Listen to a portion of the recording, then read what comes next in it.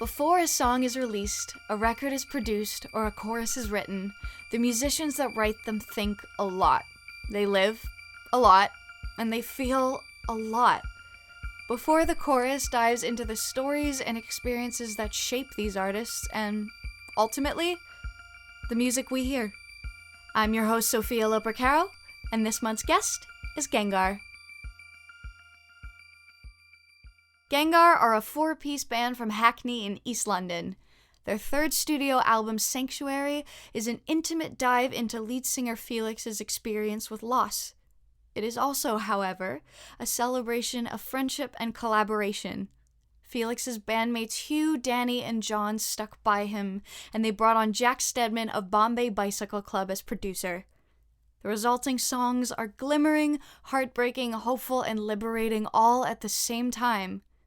I have Felix here now to discuss it more. I am honestly really happy that we're getting to do this because when I last interviewed you for Where Wildness Grows, that was my last ever student radio show, so that was kind of me wrapping up a project, and this is the first episode of my new podcast. So yeah, it's kind of nice. It's like a bit symbolic, but it makes me really happy. Yeah, me too. That's nice. Glad to be the bookmarks, or whatever they're called, the things that hold the books together. Bookends, that's it. I think what I want to start talking about is, just each album is so different, and I think that the thought process or the headspace that you guys were in was clearly really different from album to album. Is that a fair thing to say? Yeah, I think so. It has been a kind of changing process. I think we've all kind of been in various sort of places in our lives while we started, from when we started to where we are now. I think the nature of this record in particular is probably the most different. There were kind of things we were doing on the second record which we did a lot more of this time around. I think, the kind of the more kind of working in isolation was something which we did a bit on Where Wildness Grows. We were certainly like writing less in the rehearsal room than we had been previously, I think. But I think, that's just part of a natural progression with the band. When you spend the whole year on the road together, right on top of each other, I think when you get home, you sort of want a little bit of space, Mm-hmm. Not to say that we don't get on or anything, but, it's kind of, I think it's just natural that you want to kind of have that element of separation, So a lot of the work, the entirety of this album was kind of written outside of the rehearsal room, which is nothing like what we've done before. I think there's always been that that process has always been entwined with getting the tracks finished at some point. But this time around, we hadn't played, or we still haven't played some of the songs live. We're kind of figuring that out now, and we've done it on some, and it seems to work okay. But we kind of didn't have that limitation, I think, of having to be able to play the song before we recorded it. We were doing things in a different way. And speaking of saying isolation, I know you had considered this being a solo album. This was very much not an album that you're writing for a deadline, Also, those are, I know, two kind of different things, but I think both are important to the way that this got written. Yeah, definitely. I didn't really I wasn't really sure what was going to happen after the last record. I think it was quite a turbulent time for the band. We fired our old management. We weren't sure where we were going to be. We didn't know if we'd have a label to release any music on. There was a lot of unanswered questions, really, I think. And on top of that, it'd been really hard work. So I think, in my head, we hadn't had a conversation, but I kind of thought personally, if anyone at this point decides, I can't really be bothered with this anymore, I would have said, fair enough. So, yeah, I think I was trying to just keep going in my own way. And, thankfully, everyone did stick around. And I think we're kind of more united than ever now. So, yeah. Yeah, because, it's definitely something very vulnerable when you have this idea and you're like, I want to do something with this, but I don't know if it's like if this doesn't work, I don't want you to get stuck with it. But clearly, they banded with you, which is really awesome. Yeah, totally. I think, it is it's difficult. I think previously it's I haven't really been very well, haven't been anywhere near as open as a songwriter. But I think, when you're writing songs in the company of others, it's an incredibly brave thing to do if you're going to sit down and kind of really open up. And, you know, doing that is much easier when you're on your own, I think. And like you say, these songs represent me more probably. And I think previously when I've been writing, I've been thinking about the songs having to represent the whole band, and what that means. That you have to have an element of a separation between yourself and what the songs are, because you're not just writing for yourself. Yeah, in a sense, but sometimes there's also something really good about getting to be personal. You know what I mean? Like, I think that's one of my favorite things about this record. I found Where Wildness Grows was fairly open, but there was still a little bit of hiding, whereas this record is like a lot more like, this is where I'm at, this is what I'm going through, and I'm going to talk about it. Yeah, I think that's probably a fair assessment. I didn't really I don't think I ever really thought about it too much, but I kind of knew quite early on that it was sort of unavoidable. I didn't think that I didn't think I could cloud everything in metaphors and just kind of waltz around pretending that stuff wasn't happening. I think you kind of had to face the music a little bit, and whatever that was going to be, whether it was going to be with a band or was it going to be on my own, I knew that I needed to do that. And I'm just glad, I guess, that it came into fruition, that it'd be like a proper album, and it became a Gengahr record. I think that's an achievement in itself, really, because there was so much uncertainty around what we were doing at the beginning that it does feel kind of miraculous that it all ended up fitting together so seamlessly at the end. Absolutely. And I mean, it really is like such a seamless album. I think, like, I've thought to myself, it's definitely the most like ambitious in terms of sound and texture. I know that also has to do a lot with bringing Jack Steadman into the project, because he really clearly stretched you guys in a different direction. Yeah, I think we've kind of always been incredibly DIY in the approach we do things. We've kind of done everything from production to getting stuck in with the music videos, doing all the artwork and graphic design stuff. And I think there was an element to the band this time that sort of felt like, maybe we don't know everything. Maybe there are people better suited to do this or who can help out with that. So it did feel like a more open, collaborative album in the end. I think from one perspective, having the songs being a lot more personal, I think the kind of process in making the album was a lot more collaborative. So it's kind of got a strange juxtaposition between those two sides of it all, really, because I did think that there's probably more people involved in getting the record finished than ever before, despite the fact that a lot of it started off just being one person. So it is a funny old thing, I guess. Was it a difficult thing for you to get used to working with someone else, like outside of the band? I actually really enjoyed it. I think it was very different for me. I learned a lot doing that. I think Jack was very easy to work with. I'd known Jack, just to add a little context, I knew him since we were kind of teenagers. So I met him when I was 17, maybe 16, 17. And it was kind of that time where you just start going to house parties and start drinking and smoking and all the rest of it. And so it was a very strange kind of coming around that I hadn't seen him for a long time. And he was doing stuff at Bombay Bicycle Club. They were touring the world and being super successful. And we were kind of doing whatever the hell we were doing. Yeah, the way it came about was very, very kind of lucky, I guess. It was just kind of pitched. Do you want to do a kind of standalone single to tie the end of Where Wildness Grows? We can do it as like a one-off release. And we said yeah. Jack wanted to do it, so we did it. And then it was just kind of such a blast that we just decided, like, oh, that was easy, like it was good fun. Why don't we just do an album? And I was already writing stuff, so we kind of thought, well, I don't have an album worth of material at all, but there are some songs we can start. So it was kind of like this conveyor belt of, like, I would give him the kind of best idea I had at the time.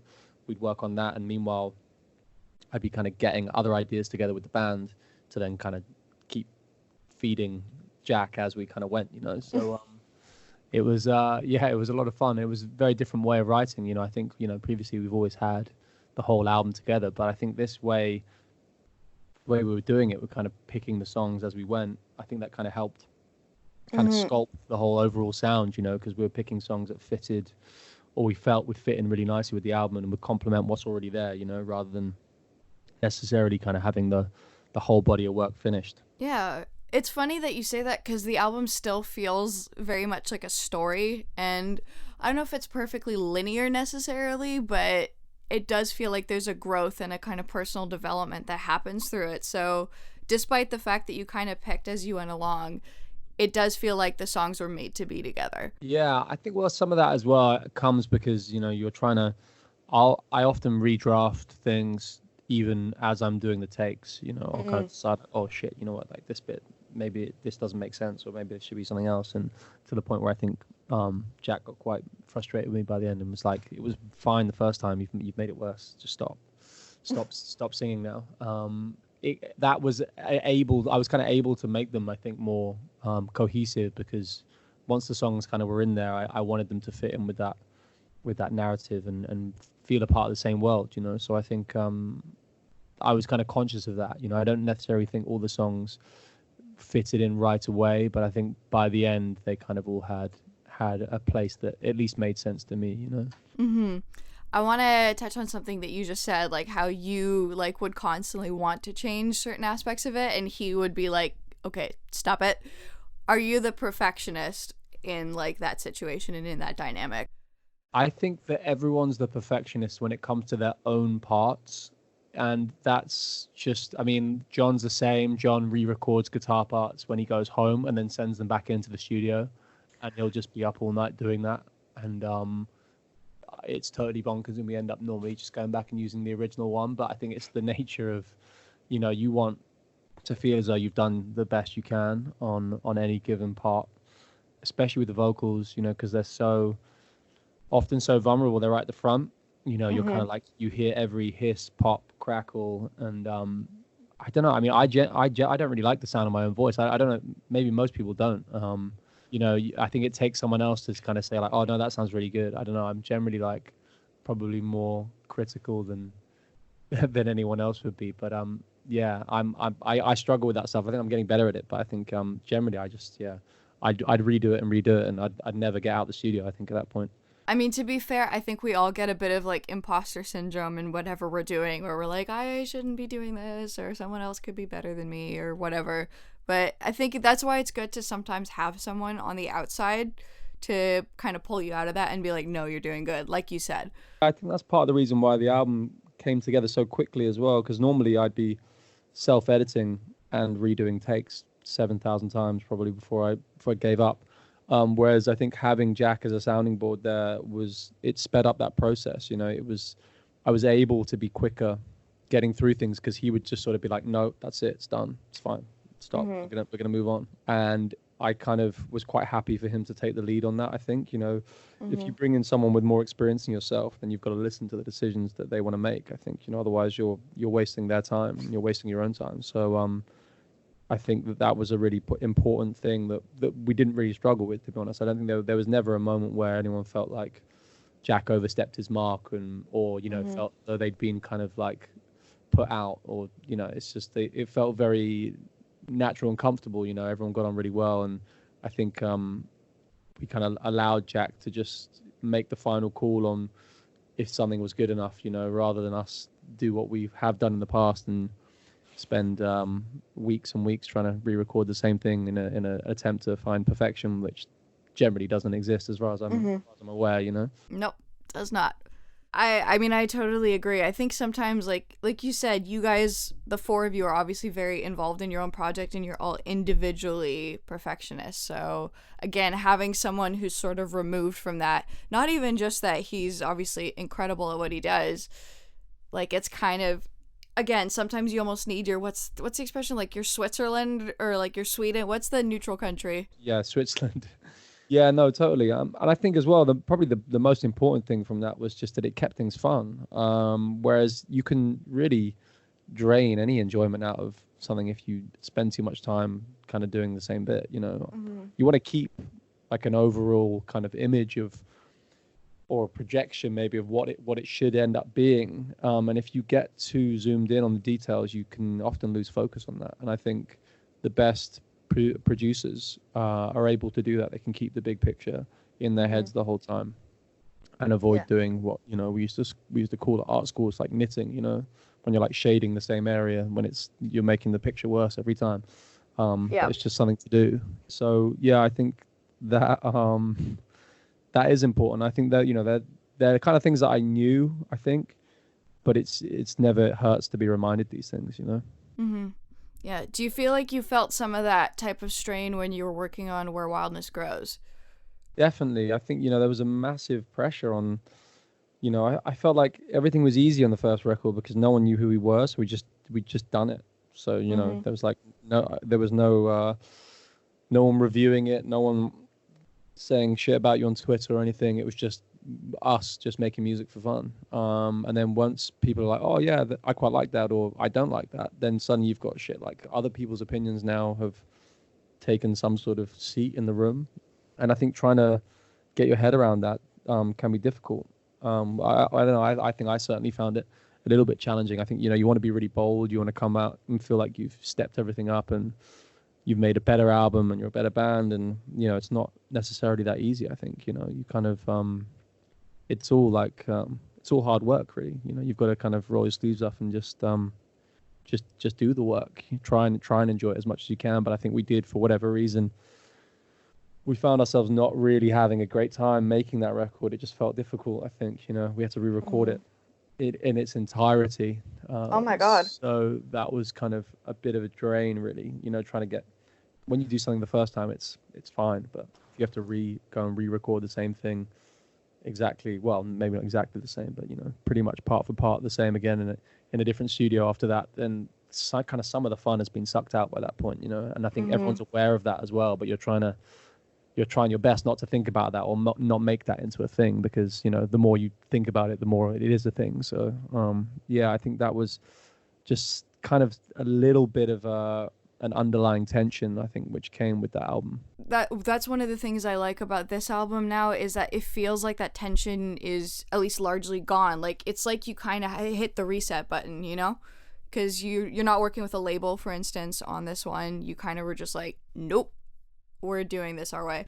Basically, I mean, that was the option we had. I think, you know, we'd been on tour, we toured the last record, and we came to the end of the year. We'd done all the festivals. We'd parted ways with our management. We were essentially just on our own at this point, and we had some money in the bank. And it was like, okay, we can either pay ourselves at the end of the year, or we can go and just record another album and just see what happens. You know, we didn't really have any other options available, so we decided to bet on ourselves. You know, we went and recorded an album. We'd obviously already worked with Jack before, so we just kind of asked him if he wanted to do it, and he did. So we kind of got to work, really. And the ambition was just, we'll make it, we'll just see what happens after that, you know.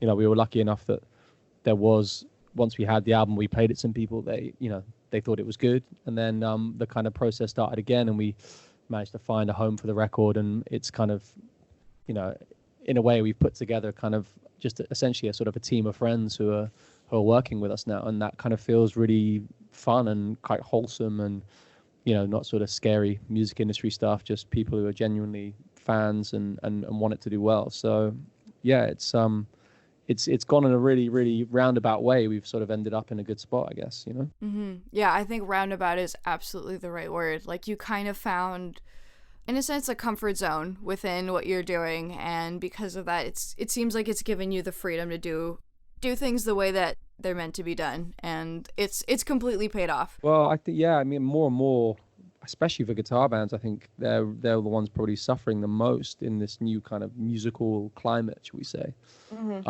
But, you know, trying to find that sustainable kind of model that you're going to make music in, you're going to record. You're not going to have to work like 3 other shitty jobs to do this. Yep. You're going to have enough energy to like make music. And, you know, we hadn't been able to find that. I think, you know, even when we had record advances, you know, that money goes kind of immediately, and then you've made a record. Like, it's really difficult. I think, you know, if you're, the amount that it takes to break bands now, it's like, it's such an astronomical cost that It doesn't happen very often. And I Yeah. think, we were fortunate enough that we had kind of some infrastructure set up around us, something of an established fan base to kind of build on. And I think, we kind of needed to sort of streamline how we were making music if we were ever going to make it sort of functional in the long term. So I don't think we've kind of, I'm not saying we figured everything out, but I think we're more on the right direction of kind of retaining control over how we make music and how we put music out. And certainly, I guess you have to ask me in a year's time if I was right or not. But I think it feels like we've made the right decision for us now. I mean, at this point, I definitely feel like you have. I want to dive in a little bit into the album itself and some of the stories and some of the themes in it. For me, one of the biggest, I guess, jump out themes of this album was not wanting to admit that there's a problem and sort of avoiding a problem. Does that ring true at all? Like, especially thinking about like Heavenly Maybe, which is literally about going out to avoid thinking about things. Yeah, I just think, throughout what I was going through, I guess it was more kind of, it was a little bit all doom and gloom, and trying to find moments to escape that is fine. I think, you don't need to like sit and suffer the whole time just because bad stuff's going on. I think, you need to be able to find some kind of respite for that. And, sadly, probably the easiest way for that is just going out and, getting trashed. And that's a very, very foolproof, tried and tested method. And for better or for worse, I mean, I don't think it's something which is sustainable, but, as an instant relief, it works. And I think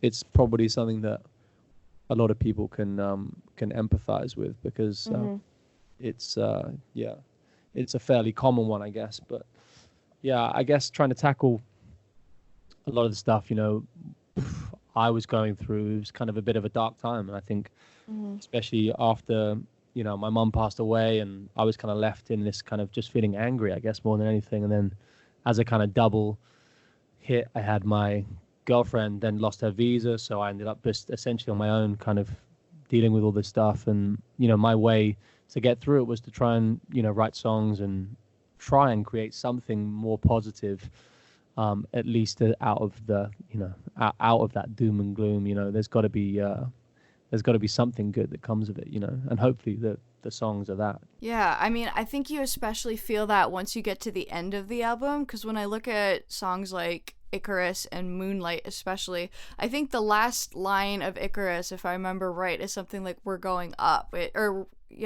which is kind of the opposite of what the Icarus fable is about. Like, this is supposed to be falling down, but it almost like represents like a turning point. Is that correct? Yeah, I mean, I wanted the album to finish positively, and I think there's kind of, Moonlight probably in particular is kind of the uplifting moment where, the album does reflect a lot of my own experience over the last year and a half, 2 years. But it has a happy ending, so I think I didn't want the album not to have a happy ending. So I think, that had to be reflected. And I think when we were sorting out how the songs would be structured, there's always an element of uncertainty, but in that there should be some hope as well, because you don't know what the outcome's going to be. There's, well, for lack of a better term, there's always going to be tomorrow, right? So it may be shit today, but you kind of you don't know what's around the corner. So I would kind of have that in my mind as well when trying to put the songs together. I didn't want it to come across as like being too pitiful or down in the dumps. I think that there had to be an element of hope throughout, otherwise what's the point? Do you feel like you were giving that to yourself as well by writing a hopeful ending for the album? I think so. It's kind of like you tell yourself like on repeat, everything's going to be all right, everything's going to be all right, until it is. But no, I don't think I really thought too much about that. I think it's just kind of probably more of a natural instinct than anything. I think we want to be hopeful. Give us anything and we'll grab it. So I don't think it wasn't a conscious decision to do that. I think it was just more of a natural response. Okay, but yeah, it definitely just needed to be there.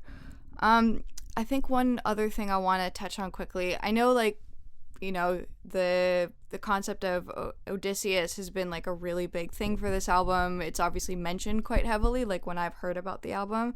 But one of the things that I really like about the idea of Odysseus is that it's a story of a very great journey. And to me, this album kind of reads like that. Like, because healing and going through all these things kind of is a big journey in itself, even if it happens internally. Yeah, I think I've used other characters a lot in the past when writing songs. I think it's been easier than kind of, you can sort of pick a fictional or, you know, maybe even a real character that you feel represents something that you feel, and then you can tell it through them sort of as like a vessel almost, and then it takes kind of alleviates the pressure or the embarrassment of having to say that's how you feel. And it's kind of something I've done across all the albums, I guess. And for me, when I was sat down thinking about this one, I think that story just kind of stuck. And normally I'd kind of go in and out and pick characters kind of and then drop them by the next song or whatever. But I think with this one, it just it felt like that was going to be, you know, I guess in the sense that the Odyssey is an epic, you know, like the whole album would embody that kind of narrative to a certain point. You know, there are exceptions where it doesn't really fit as well. So it's not a concept album, but yeah, it was kind of something that felt relevant. And I think whenever I kind of lost my way and wasn't really quite sure what the songs were about, I would kind of lean on that story as kind of inspiration for where I wanted to take it or what I wanted to kind of emote within the songs, you know. I feel like ironically it gave you both an anchor, but it also gave you the space to be more vulnerable. I think picking that narrative as well, it kind of goes back to school as well. So it kind of had, for me, it felt, although I'm kind of looking forward, it also felt very nostalgic as well. So I think that kind of that balance seemed to kind of get me in a good headspace to write the songs.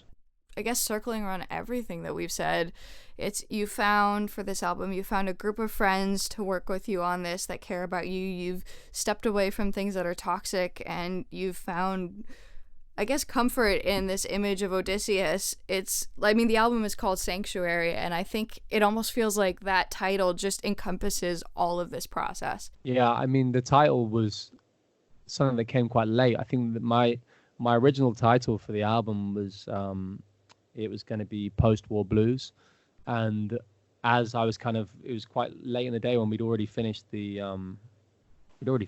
recording the album, I think, and I just kind of had this kind of epiphany that, like, I thought it would just look really good on posters and billboards just to say Sanctuary, you know, just so people just see that word, because I think it felt quite poignant, I think, for the times as well. You know, I think everybody could do with a bit of Sanctuary now. You know, it seems like it seemed like a welcome invitation. So yeah, I changed my mind at that point. I thought that it was a better kind of representation of what I wanted the album to be about and what I wanted it to be. Yeah, I mean, it's comforting, and I think, again, like you said, both the people that are listening to it need it, and I think that you needed it as well. And you've created this sort of space to just, with this album, to just kind of feel and regroup. And it's, I don't know, I'm trying to find the right words, but it's just such a good place to be at. Gengahr's third album, Sanctuary, is out now and can be listened to anywhere you normally get your music. This podcast is hosted, produced, and mixed by myself, Sophia Lopercaro, and the artwork is by Meg Wilford.